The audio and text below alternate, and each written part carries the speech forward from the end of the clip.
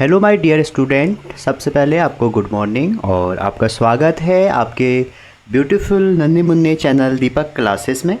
और जैसे कि आपको पता है आपको 360 डिग्री पढ़ना है। मैं बार बार कहता हूँ आप 360 डिग्री अप्रोच रखिए।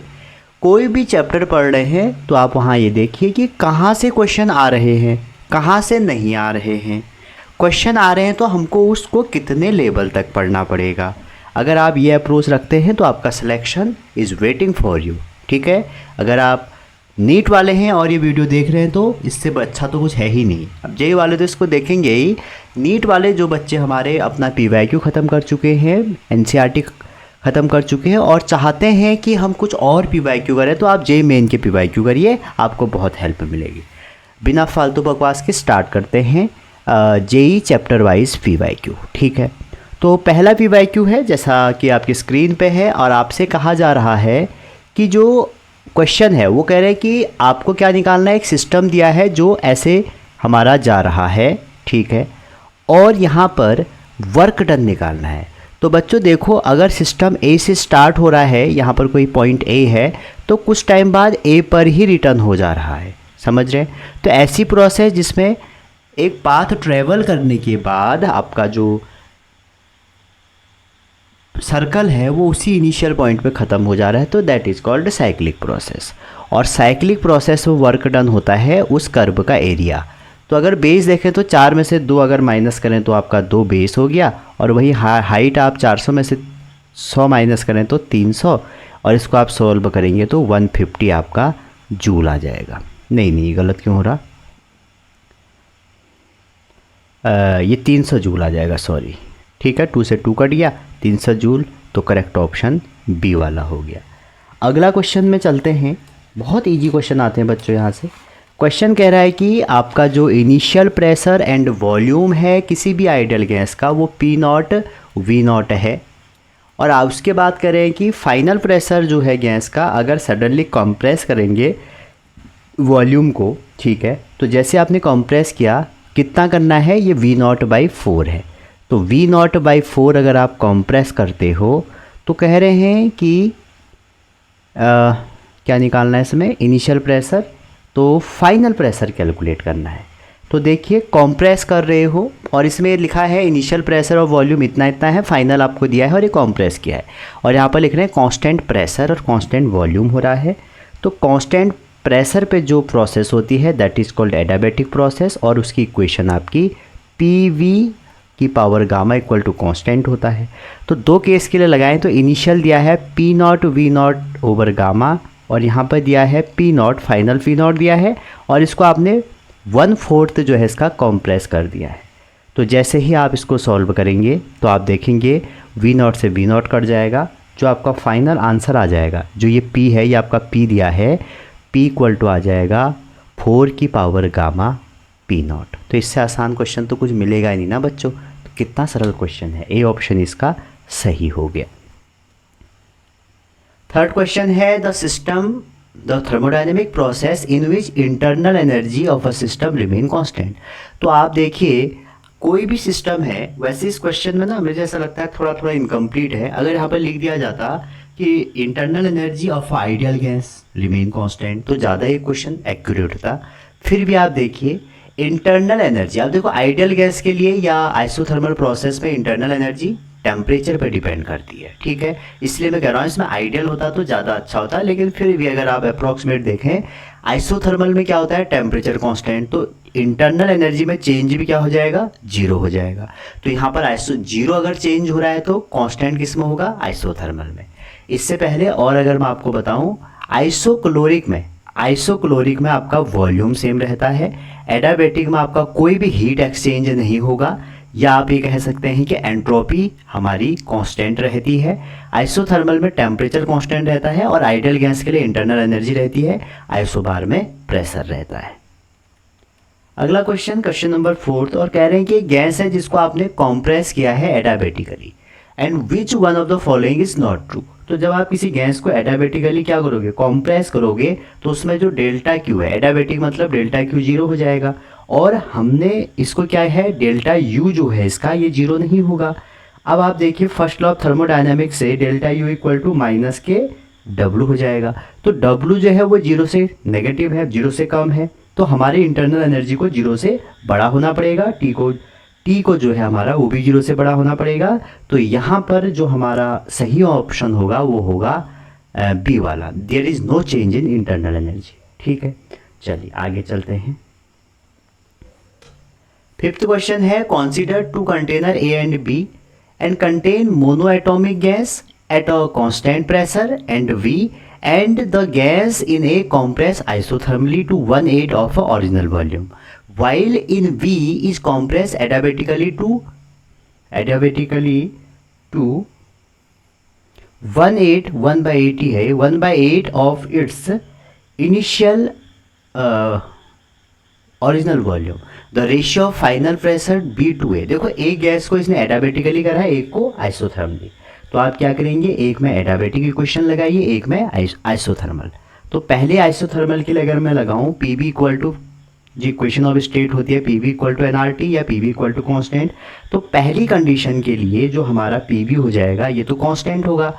तो पहले मैं PA कर लेता हूँ और वॉल्यूम कितना है V/8। ठीक है जी। तो अब यहाँ पर आप देखिए जो PA की वैल्यू यहाँ से जो हम निकालेंगे वो कितनी आ जाएगी, PA इक्वल टू आ जाएगा आपका 8 टाइम्स P। ये पहली कंडीशन है। अब दूसरी जो एडाबेटिकली कंडीशन है, पेन बदल लेते हैं, वो क्या होती है, PV over gamma equal to constant होती है भैया। अब यहाँ पर गामा मोनो एटॉमिक के लिए आपको पता होगा 5/3 होता है। तो अब यहाँ पर आप दो केस के लिए लगाएं तो B ओवर P ओरिजिनल अगर आप लगाएंगे तो अगर B का जो वॉल्यूम है ना रेसिप्रोकल हो जाएगा, तो इसका ऊपर चले जाएगा, इसका V/8 यहाँ पहुँच जाएगा और ये गामा हो जाएगा। तो इसको सॉल्व करोगे तो कितना आ जाएगा, इसको आप सॉल्व करिए तो आपका ये आ जाएगा PB 5/3।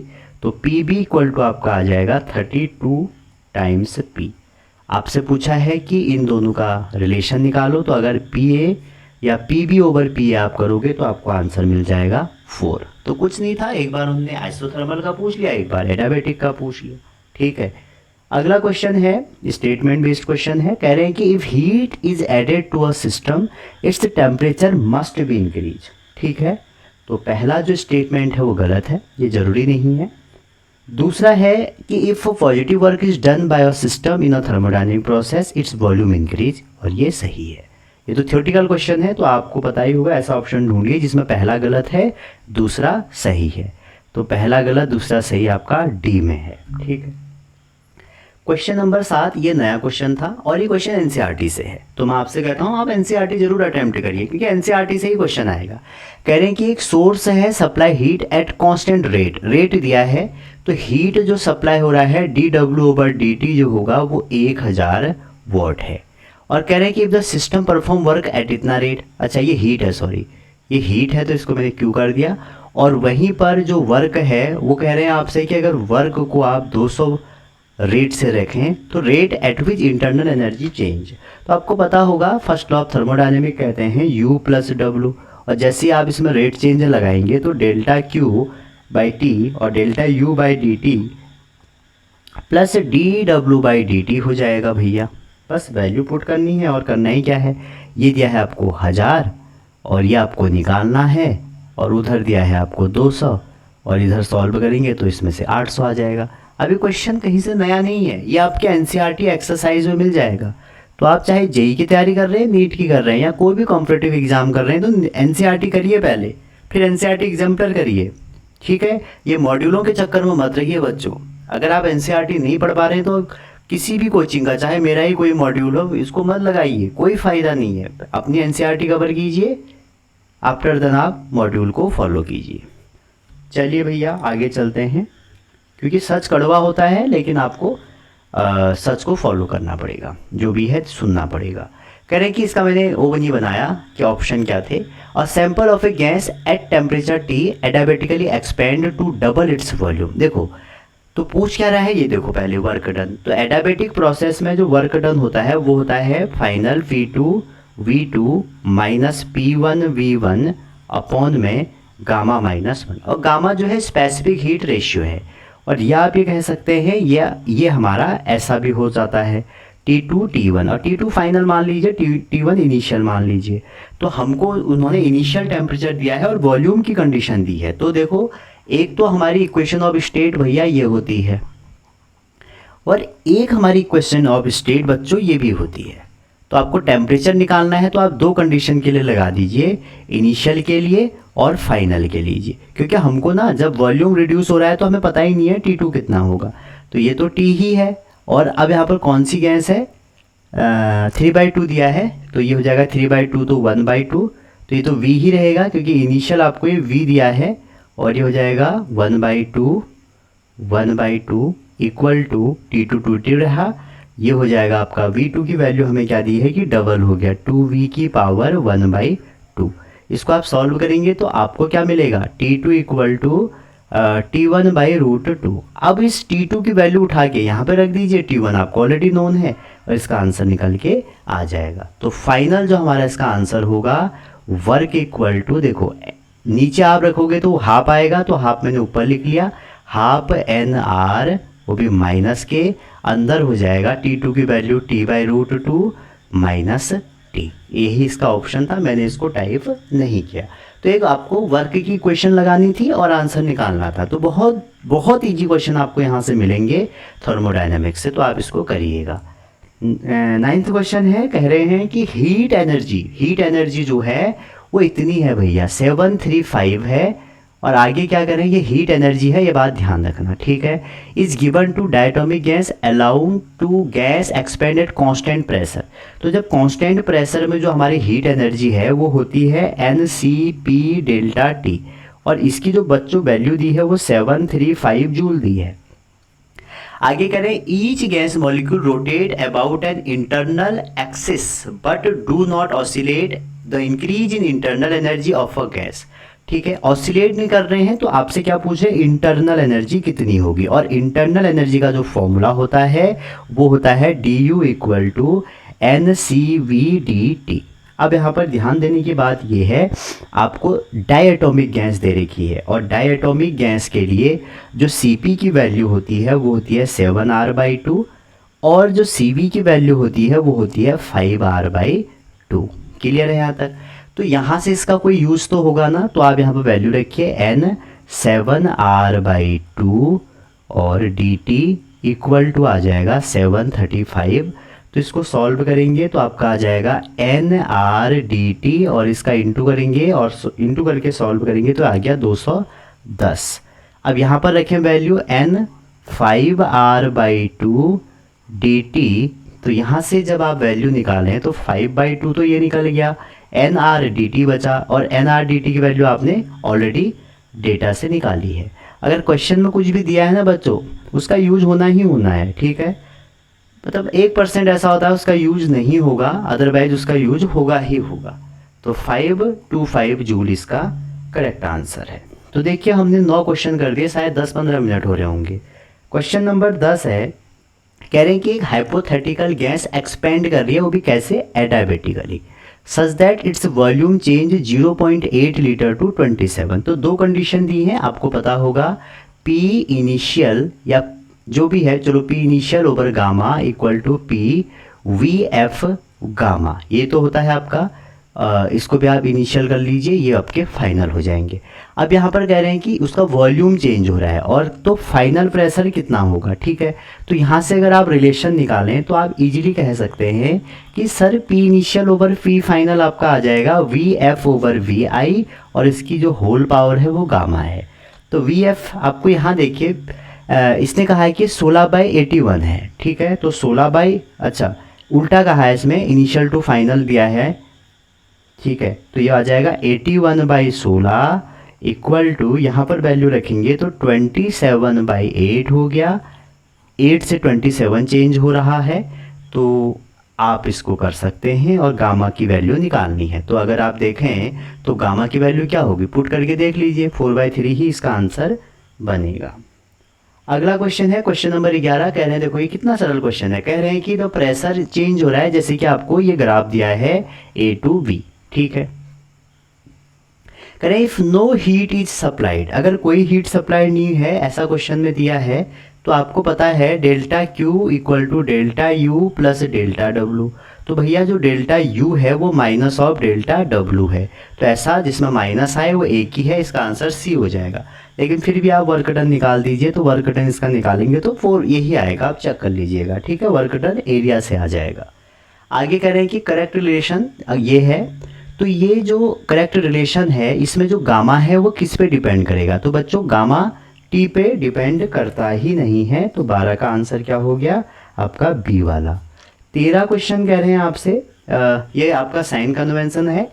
हीट आपने किसी भी सिस्टम को दी है, हीट आपने किसी आइडल गैस है आइसोथर्मल में दी है, तो कह रहे हैं कि internal energy of a gas will increase. भैया अभी भी बताई थी मैंने, इंटरनल एनर्जी जीरो हो जाएगी या चेंज उसमें जीरो हो जाएगा, वैल्यू कांस्टेंट हो जाएगी। तो ए और बी तो गलत हो गया, सी आपका सही हो गया।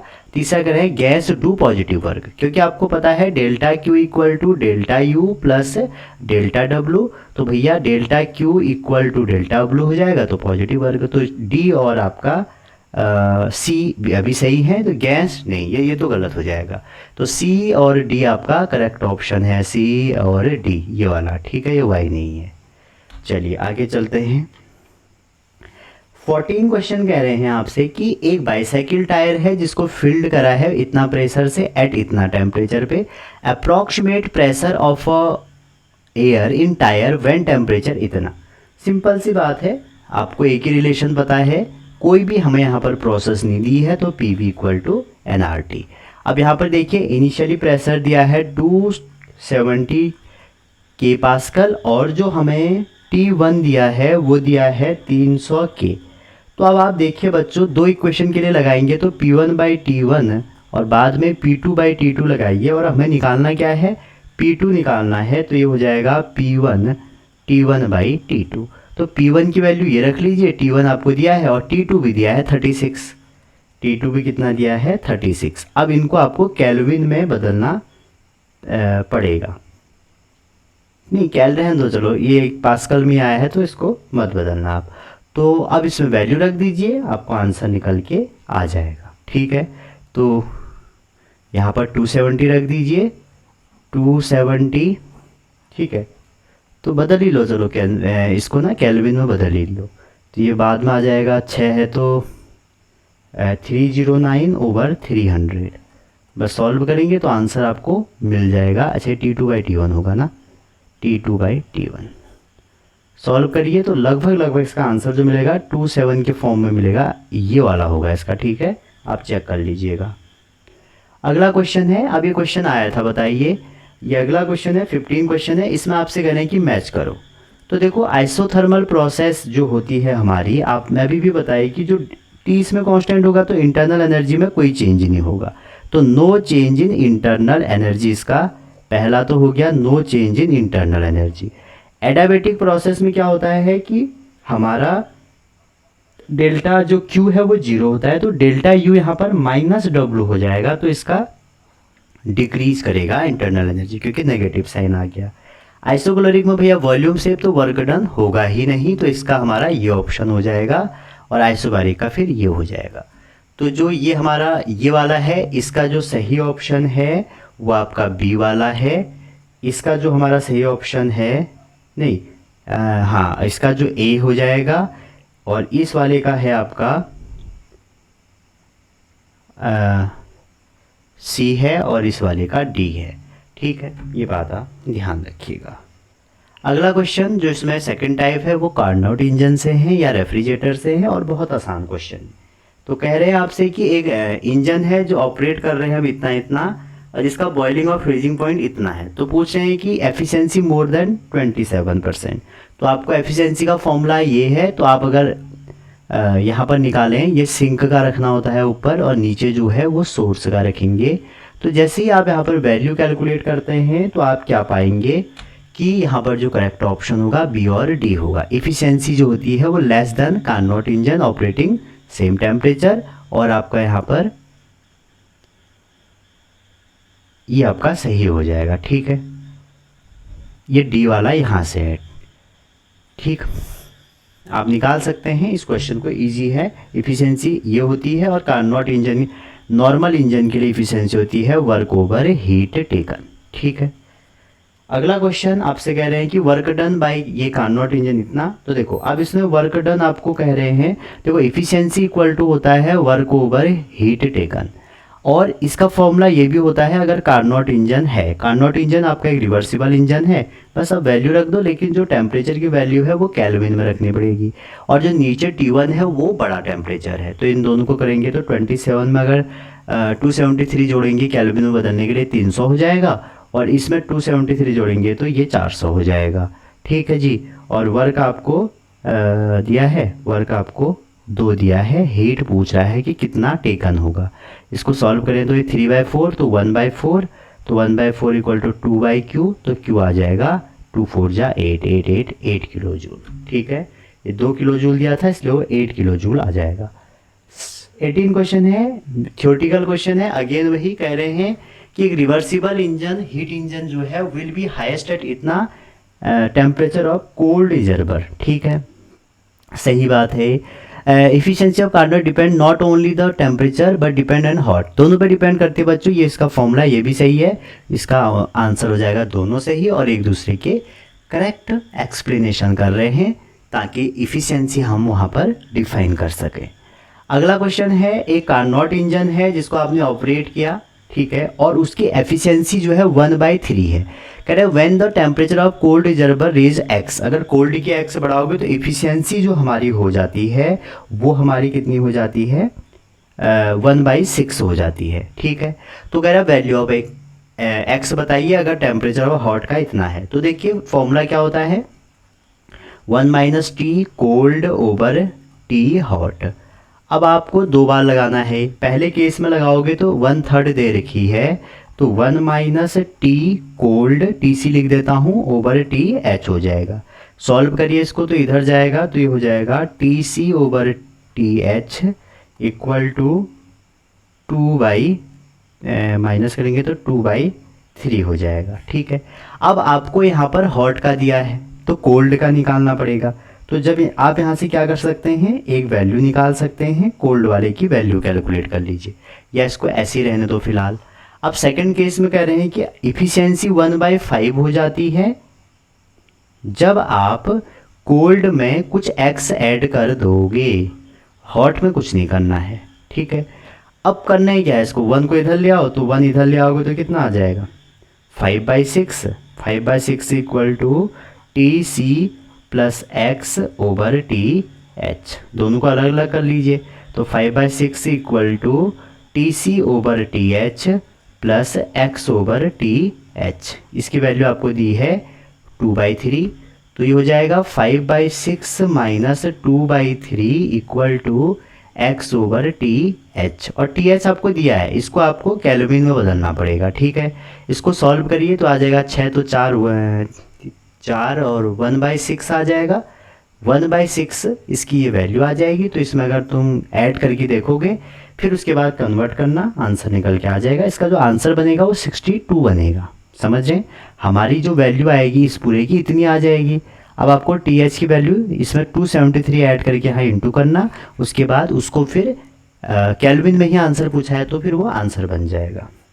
अगला क्वेश्चन कह रहे हैं जो हमारा 20 क्वेश्चन है, सेम क्वेश्चन है सारे। देखो इफिशियंसी का फॉर्मूला भैया यही होता है, कुछ भी हो जाए T cold over T hot, या आप बोल दो सिंक ओवर सोर्स। कह रहे हैं कि 50% टेक हो रहा है जब इतनी ले रहे हैं इन ऑर्डर टू 70%। देखो 50% मतलब हो गया इफिशियंसी हाफ। ठीक है, हाफ कब होगी, जब हमारा ये T कोल्ड है और हॉट कितना है 600 है भैया। ठीक है, आगे करें इन ऑर्डर टू इंक्रीज 70%, अगर आप 70% बढ़ा दोगे तो कितना हो जाएगा 70/100, तो 7/10 इक्वल टू 1 माइनस, तो कह रहे हैं the temperature of sink same, sink का टेम्परेचर सेम है। ठीक है, सिंक का टेम्परेचर पहले निकाल ही लेते हैं सिंक का टेम्परेचर, तो इसको सॉल्व करेंगे तो आ जाएगा TC/600 इक्वल टू हाफ, तो यहाँ से TC निकल गया 300। तो सिंक का तो सेम है, ऊपर जो कोल्ड है उसी को हम सिंक बोलते हैं, नीचे हॉट होता है। तो हॉट का कितना होगा पूछ रहा है, तो इसको TH कर लीजिए, बस आप करना ही गैस में सॉल्व कर लीजिए। तो 1 - 7/10 इक्वल टू 300/2 TH, और ये हो जाएगा 10 में से 3/10 इक्वल टू 300/TH। 3 से कट गया 100 बार, तो ये आ जाएगा 1000 केल्विन, नहीं 100 केल्विन आ जाएगा, 100 हाँ 1000 केल्विन, ठीक है ठीक है जी। चलिए आगे देखते हैं। अच्छा, अब अगला क्वेश्चन जो है वो है हमारा एजर्सन रीजन टाइप क्वेश्चन, ठीक है। कह रहे हैं कि एजर्सन DQ/DW represent heat supply to system and work done then according to first law. तो भैया जो हमारा ए है वो तो सही है, फर्स्ट लॉ यही होगा, ठीक है। दूसरा कह रहे हैं first law of thermal based on the conservation energy, ये भी ठीक है बच्चों। जो फर्स्ट लॉ है वो हमारे कंजर्वेशन ऑफ एनर्जी पे बेस्ड हमारा लॉ है, ये दोनों सही है। और ए और बी दोनों के सी ऑप्शन इसका या थर्ड वाला सही हो जाएगा। गैसेस लॉ, ये थ्योरेटिकल क्वेश्चन था, आपने एनसीईआरटी में देखा होगा, पूछा था कि इस के की वैल्यू बताइए। तो यहाँ से मॉलिकुलर काइनेटिक थ्योरी अगर आपने पढ़ी होगी, यहाँ पर मॉलिकुलर मोशन स्टॉप्ड हो जाता है। तो ये टेम्परेचर जो होता है ये आपका कितना होता है, -273 डिग्री सेंटीग्रेड। अगला क्वेश्चन एक बॉयल्स लॉ से आया था, जिसका मैंने ग्राफ नहीं बनाया, मैंने सोचा इसको मैं एक ही बार बना दूं। 4 ग्राफ दिए थे, उसमें सही पहचानना था। देखो ये P है, ये V है, तो बॉयल लॉ का ग्राफ ऐसे बनेगा। तो उन्होंने क्या किया था कि 3 ग्राफ बना दिए, एक ऐसे बना दिया, एक ऐसे बना दिया और एक ऐसे बना दिया। ये T1 है, ये T2 है, ये T3 है। तो उन्होंने कहा इनको इंक्रीजिंग ऑर्डर में लगाओ। तो आपको पता ही है, अगर ये हमारा ओरिजिन से दूर हटेगा तो ये वैल्यू क्या होगी, ऐसे बढ़ेगी। तो उन्होंने इसको रीअरेंज करा था, T2 पहले लिखा था, T1 बाद में लिखा था, जिसको आप कर सकते थे।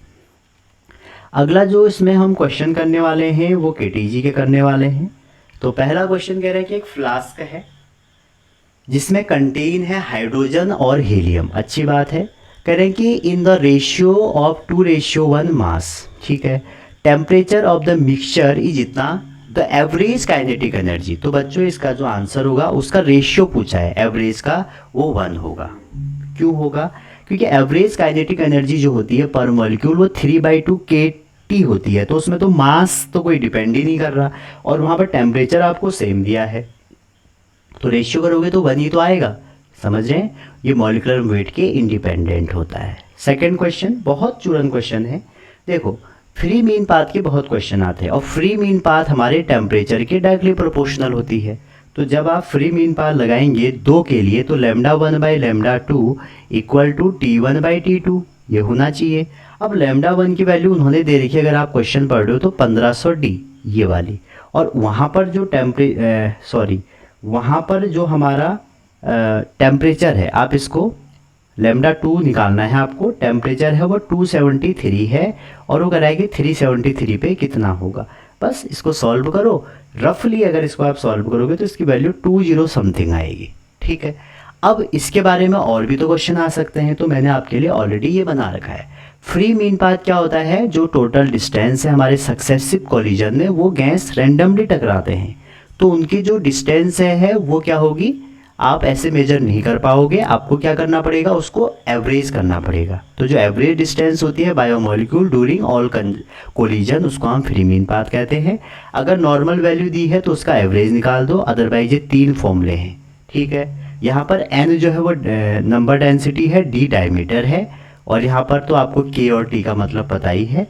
बस ध्यान देने की बात यह है, अगर t कांस्टेंट होगा तो जो फ्री मीन पाथ है, ये वेवलेंथ नहीं है, फ्री मीन पाथ को ऐसे ही दिखाते हैं, वो ये होगी। अगर p कांस्टेंट होगा तो ये होगी। अगर कांस्टेंट वॉल्यूम और n कांस्टेंट हो गया तो ये दोनों कांस्टेंट हो जाएंगे, फिर हमारा लैम्डा p और t में डिपेंड नहीं करेगा। अगला क्वेश्चन देखिए, आरएमएस स्पीड। इससे बतेरे क्वेश्चन आते हैं।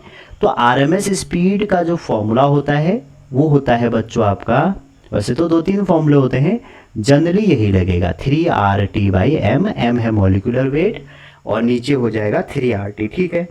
अब यहाँ पर कह रहे हैं कि VRMS speed of A oxygen is इतना। तो आप देखो यहाँ पर 2-3 चीज़ें आती हैं, या तो VRMS आपका √T के प्रोपोर्शनल होगा, या VRMS 1/√m के जो है इन्वर्सली प्रोपोर्शनल होगा। तो यहाँ पर जब आप लगाएंगे, आपसे कहा है कि जो RMS है इन वॉल्यूम इज इतना, व्हेन इतना, तो वैल्यू ऑफ x कितना होगा, ठीक है भैया, ये कुछ गड़बड़ हो गया लग रहा, क्वेश्चन टाइपिंग मिस्टेक लग रही है, एक्स तो है ही नहीं इसमें। अच्छा, इसमें बच्चों ये एक्स है, सॉरी क्वेश्चन में मिस्टेक्स है, ये एक्स है और यहाँ पर व्हेन वी, और यहाँ पर एक वी है ऐसे, ठीक है। तो कह रहे हैं कि आर एम एस स्पीड इतनी है, मतलब क्वेश्चन में ना आपको R M S equal to दिया है वी रूट 1+5/x। अब कह रहे हैं कि वी एवरेज स्पीड है, तो कहने का मतलब ये है हमने यहाँ पर आर एम एस को वी एवरेज से डिवाइड कर दिया है, जिसकी वैल्यू आ रही है 1+5/x। अब आप इसको एक्चुअल में अगर डिवाइड करो, आरएमएस तो इतना होता है, अगर मैं आपको एवरेज बताऊं, एवरेज की वैल्यू कितनी होती है 8RT/πm। आप इन दोनों को डिवाइड करो V R M S over V average, तो इसकी वैल्यू कितनी आ जाएगी, रूट के अंदर 3π/8, पाई की वैल्यू 22/7 रखोगे तो ये आ जाएगा सॉल्व करके 33/28।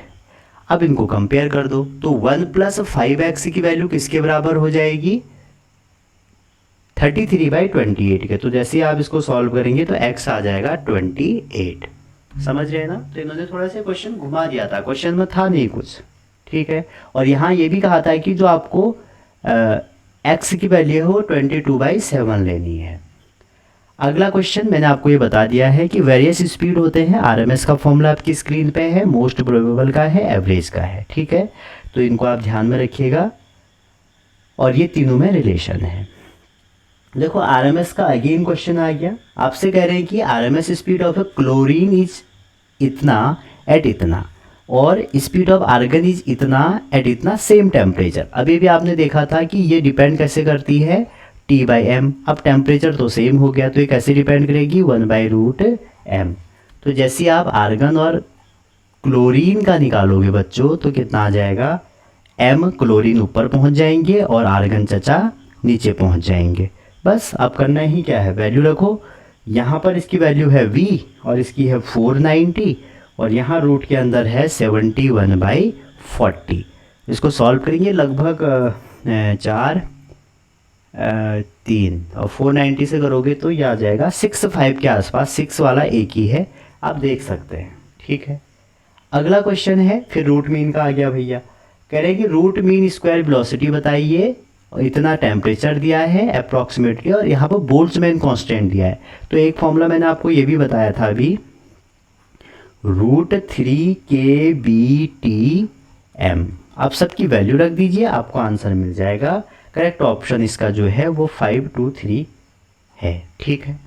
वैल्यू रखनी है, सबकी वैल्यू आपको दी है 3। अब ये क्वेश्चन भी अच्छा है, देखो ये क्वेश्चन कुछ नहीं है, इसमें करें कि equal number of gas contain है, सेम टेम्परेचर है और प्रेशर है। फर्स्ट वेसल में आपका है नियॉन, दूसरे में है आपका क्लोरीन, तीसरे में है आपका यूरेनियम हेक्साफ्लोराइड। अच्छा जी, पॉलीएटॉमिक है। तो arrange the basis of root mean, तो VRMS जो होगा बच्चों आप खुद ही देखिए वो √1/m है, जिसका ये ज़्यादा उसका ये कम और जिसका ये कम उसका ये ज़्यादा। तो आप क्या कह सकते हैं, आप ये कह सकते हैं कि जो सबसे ज़्यादा है यहाँ पर, देखो यहाँ पर जो वैल्यू दी है ना, आपको क्या क्या दी है यहाँ पर, एक दिया है चलो एक में है मोनो, एक में है डाई और एक में है पॉली। अब मुझे बताइए मास सबसे ज़्यादा किसका होगा, जो मास सबसे ज़्यादा होगा पॉली का होगा, तो उसकी जो आरएमएस होगी वो सबसे कम होगी, ठीक है। तो मोनो का मास सबसे कम तो उसका आरएमएस सबसे ज़्यादा, तो ये पहला वाला ही ऑप्शन इसका सही है। आगे इम्पॉर्टेंट एक टेबल है जो आपके काम आने वाली है, वो टेबल ये है, शायद ये आपने बनाई होगी। एटोमिसिटी, रेस्ट्रिक्शन क्या होंगे, डिग्री ऑफ फ्रीडम कैसे निकालेंगे, specific heat at constant volume, constant pressure, kinetic energy, ये सारी चीज़ें मैंने बना दी हैं। अब जैसे आपको मोनो एटॉमिक की लिखनी है तो 3 यहाँ पर डिग्री ऑफ फ्रीडम है, तो हमारी CV की वैल्यू हो जाएगी 3/2R। और जैसे आप CP निकालोगे एक और ऐड कर दो इसमें तो 5/2R।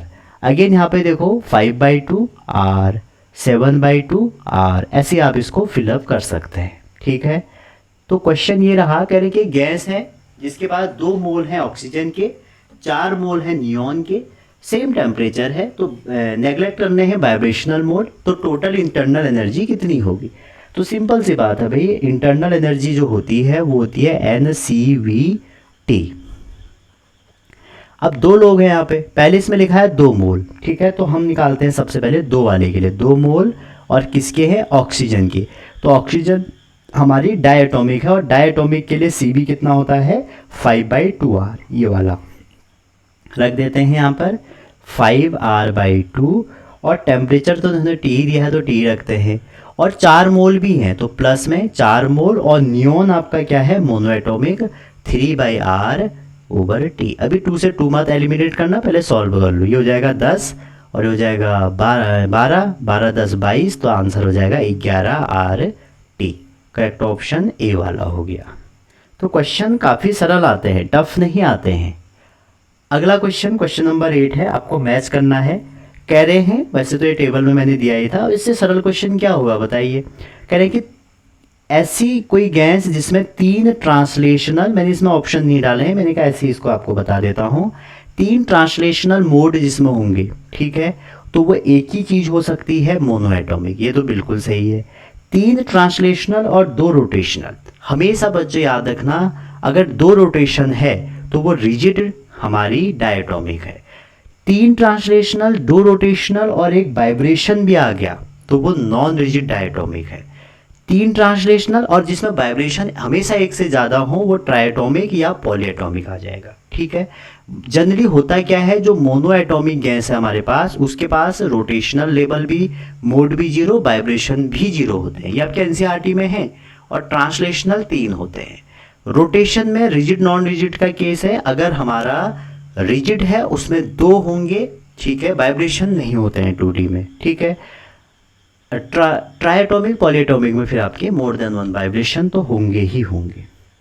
अगला क्वेश्चन कह रहा है the temperature at which kinetic energy of gas molecule become double. देखो काइनेटिक एनर्जी हमारे क्या होती है, अभी अभी मैंने बताया था कि काइनेटिक एनर्जी होती है degree by freedom into KT। 1 degree of freedom के साथ जो एनर्जी एसोसिएट होती है वो ½ KT होती है, इसको हम बोलते हैं लॉ ऑफ इक्विपार्शन। तो F डिग्री ऑफ फ्रीडम के साथ ½ KT। तो काइनेटिक एनर्जी आप देखें तो T की पर डायरेक्टली प्रोपोर्शन है, तो आप अगर 2 केले बनाएं तो K1/K2 equal to T1/T2। K1 की T1 को इनिशियल ले लो। कह रहे हैं कि at which kinetic energy of oxygen molecules become double than its value. तो कह रहे हैं कि डबल जब हो जाए तो क्या टेम्परेचर होगा, तो इसका मतलब हो जाएगा 2K2 जब हो जाए तो हमारा T1 की क्या वैल्यू होगी। और T1 कितना दिया है, इसको केल्विन में बदल लेते हैं, 300 हो जाएगा, K से K कट जाएगा तो 600 आ जाएगा। T1 की वैल्यू आ जाएगी 600 केल्विन, ठीक है। अब इसमें से 273 घटाओ तो 327 डिग्री सेंटीग्रेड। अगला क्वेश्चन जो है, कह रहे हैं कि temperature of ideal gas is increase इतना से इतना, इफ RMS स्पीड इतना इज इतना तो कितना होगा। भाई इसको आपके लिए होमवर्क है, आपको पता है VRMS √T के प्रोपोर्शनल है, तो 2 केस के लिए आप लगा दीजिए, इनिशियल और फाइनल के लिए, तो ये आपका 2 केस पे लग के आ जाएगा।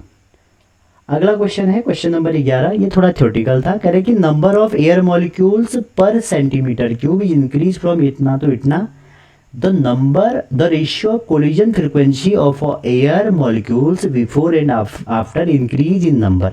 तो बच्चों जो फ्रीक्वेंसी होती है हमारी वो 1/τ पे डिपेंड करती है, और इसको अगर आप सॉल्व करेंगे वो नंबर जो है हमारे number of molecules per unit volume पे डिपेंड करते हैं, ठीक है। तो 2 के लिए अगर यहाँ भी लगाओगे, क्योंकि 2 वैल्यू दी है, F1 F2 equal to N1/N2, और ये N1 है आपका, ये N2 है, तो हो जाएगा 3 × 10⁻19 है ये, और ये हो गया 12 × 10⁻19। सॉल्व करिए 0.25। चलिए आगे चलते हैं, ये सब KTG से आए हुए हैं। अब ये क्वेश्चन में क्या है बताओ, अभी भी मैंने बताया कि 1 डिग्री ऑफ फ्रीडम के लिए जो एनर्जी होती है वो ½ KT होती है, तो F के लिए कितनी हो जाएगी, F/2 KT। तो कह रहे हैं कि काइनेटिक एनर्जी किस पे डिपेंड करेगी, भाई टेम्परेचर पे करेगी, और कैसे करेगी, डायरेक्टली प्रोपोर्शनल होगी। आगे कह रहे हैं 13 क्वेश्चन, कह रहे हैं कि एक फ्लास्क है, कंटेन कर रही है हाइड्रोजन और ऑक्सीजन इन रेशियो इतना बाय मास एट इतना, the ratio of average kinetic energy. Question repeat हो गया, एक रेशियो एक हो जाएगी। 14 क्वेश्चन कह रहा है, ये एकमात्र ऐसा क्वेश्चन है जो अच्छा है, इसमें आपको कोफिशिएंट ऑफ वॉल्यूम एक्सपेंशन निकालना है और आप सभी को पता होगा dv over v dt equal to alpha होता है कोफिशिएंट ऑफ वॉल्यूम एक्सपेंशन। तो आपको क्या दिया है, P T square equal to constant. तो सबसे पहले आपको ये निकालने के लिए इस p को कन्वर्ट करना पड़ेगा v के टर्म में। आपको ये भी तो पता है P V equal to N R T, तो v equal to N R T over P हो जाएगा। तो इसको जैसे ही आप यहाँ पर पुट करेंगे तो पी टी स्क्वायर की वैल्यू आ जाएगी N R T over V into T square equal to constant. ठीक है जी, तो इसको सॉल्व करें तो आ जाएगा टी क्यूब और बाकी सबको कांस्टेंट ले लें, मान लो के है के वी हो जाएगा। बस डिफ्रेंशिएट करिए इसको, ये हो जाएगा 3t स्क्वायर और इधर हो जाएगा के तो कांस्टेंट है dv बाई dt। ठीक है जी, अब dv बाई dt और उसके साथ एक v अगर ये आ जाता है तो आप क्या कर देंगे, आप यहाँ पर वॉल्यूम का कंसेप्ट ले आए, या आप एक काम करिए, इसके बाद आप क्या करिए, यहाँ पर dv इक्वल टू क्या हो जाएगा, dv इक्वल टू हो जाएगा 3t स्क्वायर अपॉन के dt और dv की वैल्यू यहाँ से उठाएंगे तो dv इक्वल टू क्या आ जाएगा, ये गामा है सॉरी, गामा v dt हो जाएगा। इसको वैल्यू रख दीजिए यहाँ पे, gamma v dt equal to 3t square by K dt। ये dt से ये dt कट गया और यहाँ पर जो फाइनल आंसर होगा हमारा वो क्या निकल के आएगा, gamma equal to 3t square over K V, और के वी की वैल्यू हमने क्या उठा के रख दें यहाँ पर टी क्यूब, तो 3t square over T cube, तो ये आ जाएगा गामा 1 टी के जो होगा 1 टी के प्रोपोर्शनल और एग्जैक्ट वैल्यू 3/t। तो डी ऑप्शन सही है। करना कुछ नहीं था, थोड़ा बहुत कैलकुलेशन थी। अगला क्वेश्चन फिर आरएमएस आ गया और ये क्वेश्चन भी रिपीट है। ठीक है जी, ये क्वेश्चन भी रिपीट है, आपसे कह रहे हैं कि V R M S over V average की जो वैल्यू है वो ये है अल्फ़ा प्लस 5 बाई अल्फ़ा, तो अल्फ़ा निकालो, अभी भी हमने निकाला था 28 आया था। ठीक है, नेक्स्ट क्वेश्चन करते हैं, क्वेश्चन नंबर 16 और 16 कह रहे हैं कि जो रूट मीन स्क्वायर वेलोसिटी है वो क्या होगी। अभी भी तो हमने किया था, पहला ऑप्शन है proportional to square root of temperature, तो भाई इसका तो पहला ही सही लग रहा है। ठीक है, आगे चलते हैं, क्वेश्चन नंबर 17। ठीक है, और 17 कह रहे हैं कि आपका जो टेम्परेचर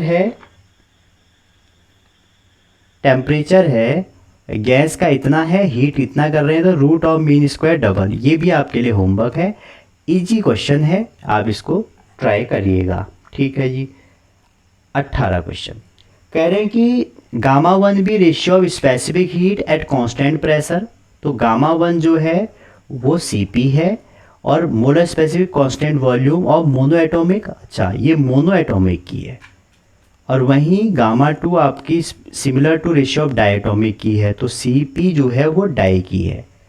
तो आपको पता ही होगा जो गामा है, जो स्पेसिफिक हीट है वो Cp/Cv होती है, तो मोनो एटॉमिक के लिए जो गामा 1 है वो 5/3 हो जाएगी और जो गामा 2 है वो 7/5 हो जाएगा। तो आपसे कह रहे हैं गामा 1 बाई गामा 2 कितना होगा भैया, तो 5/3 इंटू 5/7, तो 25/21 आंसर हमारा हो जाएगा। तो ये था हमारा आज के कुछ क्वेश्चन। अगर आपको ये सेशन पसंद आया है तो आपको बहुत बहुत धन्यवाद।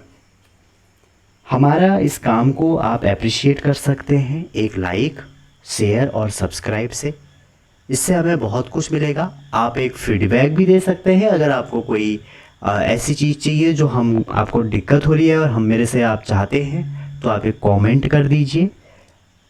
यहाँ तक अगर पहुँचे हैं तो आपने कंटेंट ज़रूर देखा होगा, तो क्या इम्प्रूवमेंट करनी है वो भी बताएं। क्या आपको अच्छा लगा वो भी बताएं और अपने दोस्तों को शेयर ज़रूर करें। अब जो अच्छा कंटेंट ढूंढ रहे हैं, आपको पता ही है हमने बिल्कुल भी फालतू बकवास नहीं करी है, टू द पॉइंट हमने सारे क्वेश्चन डिस्कस किए हैं। जहाँ जहाँ पर लगा मुझे कि कॉन्सेप्ट बताने हैं वहाँ पर मैंने आपको बताना भी ज़रूरी समझा। एक दो क्वेश्चन होमवर्क दिए हैं, आप उनको होमवर्क करके कमेंट कर दीजिएगा। अगर वो सही होंगे तो मैं आपका आंसर पिन कर दूंगा। ठीक है, तो मिलते हैं अगली वीडियो में, तब तक अपना ध्यान रखिए, पढ़ते रहिए। Wishing all the best.